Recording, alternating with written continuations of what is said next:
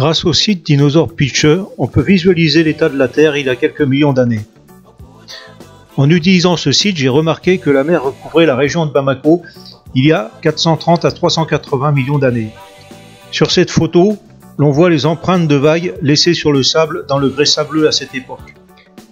En cherchant bien, on y découvre aussi des fossiles, visiblement de végétaux. Et puis, il y a des galets, comme l'on trouve dans les rivières ou dans la mer.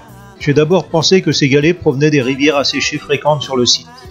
Mais finalement, lorsque j'ai trouvé des galets inclus dans des blocs de grès, j'ai compris que c'était des galets de mer.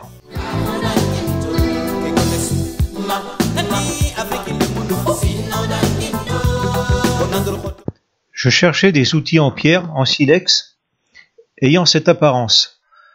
Ceux-ci proviennent de RDC.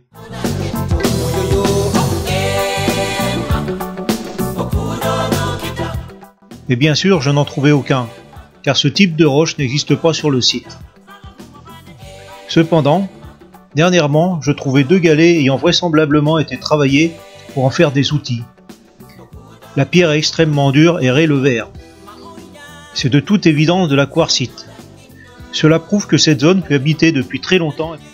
On appelle ce type de galets des galets aménagés. Suivant la forme, ils peuvent avoir plusieurs fonctions. Celui-ci, par exemple, ressemble à un grattoir. Cet autre a servi probablement de pilon pour écraser des végétaux ou autres matières en l'utilisant conjointement avec une pierre spécialement formée à cet effet.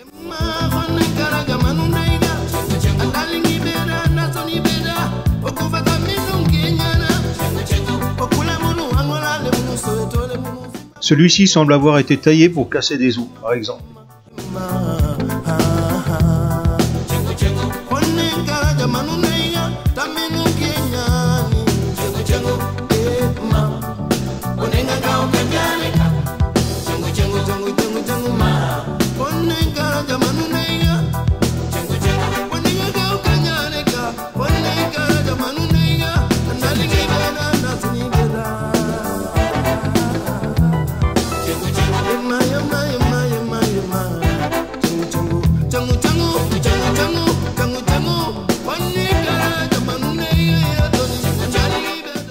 Le plus surprenant, c'est que le même type de galet fut trouvé à Saint-Lys, en Haute-Garonne, en 1927.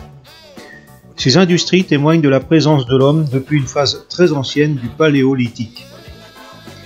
Cette autre pierre, qui semble avoir contenu des galets, fut détachée de son bloc d'origine pour avoir une utilité difficile à comprendre. Et finalement, cet objet en triangle, dont je ne connais pas sa matière, a pu servir à dessiner. En effet, lorsque l'on met un angle, il est possible de tracer des lignes rouges avec.